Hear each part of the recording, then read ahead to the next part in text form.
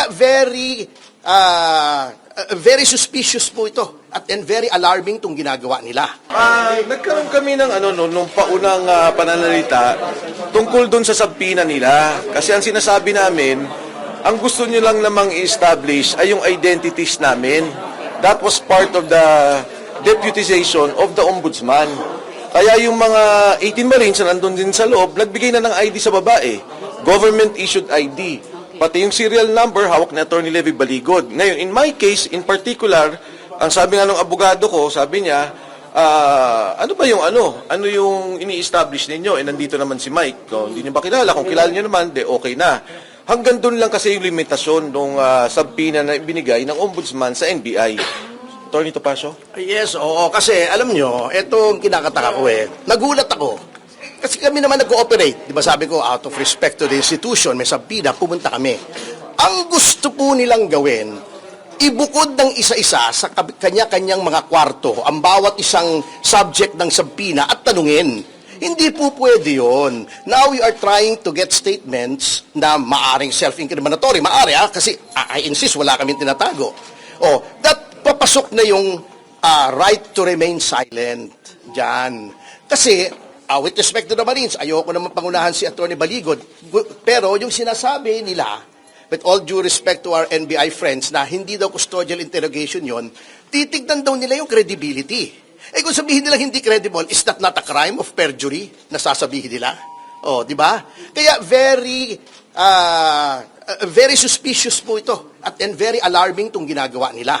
Na isasabina nila, i-interviewin nila isa-isa. Alam naman nila, isa lang ang abogado ng 18. Sabi ko nga sa kanila, ano bang partisipasyon ng aking kliyente? He was not mentioned in the subpoena. Hindi naman siya inirereklamo. Sabi ko, kung talagang gusto nyo mag-imbestiga, bakit hindi nyo ipatawag? Yung itinuturo, ba't yung nagtuturo ang ipinatatawag nyo? At i-interview nyo isa-isa para bang sila gumawa ng krimen? Hindi po tama ito. This is a form of harassment, intimidation, and it intends to send a chilling effect to those na gustong magtestigo pa na kapag kayo nagtestigo, itong gagawin sa inyo. Interviewin kayo, patatawag kayo, investigahan kayo na para bagang kayo na yung kriminal. Ang assertion ko kanina, ang sinasabi ko sa kanila, of course, sinasabi nga namin yung NBI ay isang respetadong institusyon at kami nananalig sa NBI. Pero ang tanong ko, kung ini-establish lang yung identity ng mga tao, de-establish nila. Kasi kung tatanungin nila yung mga tao, sabi nila kasi hindi, may karapatan kaming imbestigahan yung iba pang labas doon sa deputization. Sabi ko nga, non-crime to Wala namang kaso itong mga taong to. Now, if you insist that there is a crime, dapat imbestigahan yung tinuturo nila sa affidavit dahil yun yung krimen. Di ba dalawa yung investigasyon na ginawa ng NBI dati, yung Napoles case at saka yung PhilHealth scam. So if that is the case, ipatawag nila yung tinuturo. Attorney Topacio also insisted on that.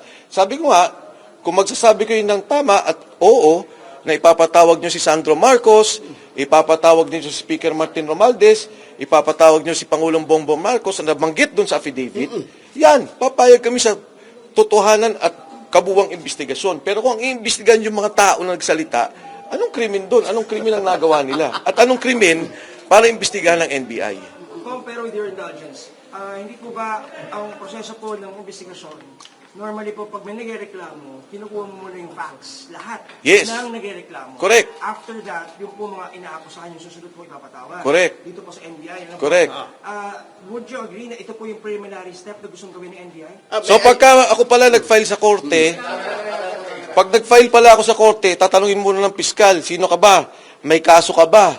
Ikaw ba ay kriminal? Ikaw ba ay kung saan ka nanggaling? Sino nagpopondo sa'yo? Hindi naman tatanong ng piskal yun Di ba? Sa investigasyon niya Ang iimbestigahan niya yung krimen na sinasabi ko.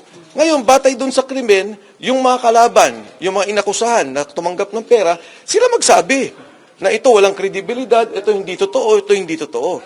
But for us to be investigated initially by the investigative body, yun ang mali. Kami na bigla ang may kasalanan. Nag-file ka sa piskal, nagreklamo ka, sinabi mo yung katotohanan sa pagnanakaw dito sa gobyerno, pagkatapos ikaw inimbestigahan, parang hindi ata tama.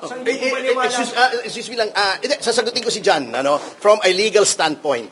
Ganito po yung sinasabi mong proseso, ganito yung sinasabi mong proseso kasi. You file a complaint.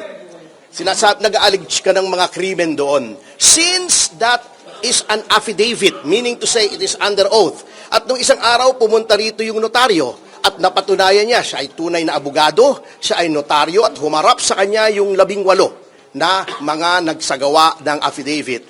That entitles the affidavit to full faith and credit upon its face. Ano pong ibig sabihin yan?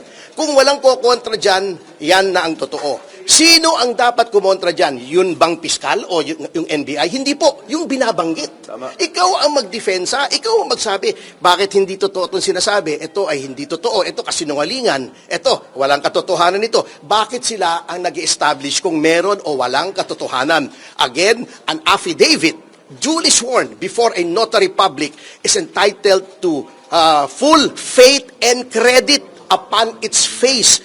Paniwalaan mo muna yan. Patawag mo muna yung kabila. Pag napatunayan ng kabila na walang katotohanan, saka mo i-dismiss. Hindi yung ikaw ang bubusisiin mo yung nag-complaint. Hindi po ganun yun.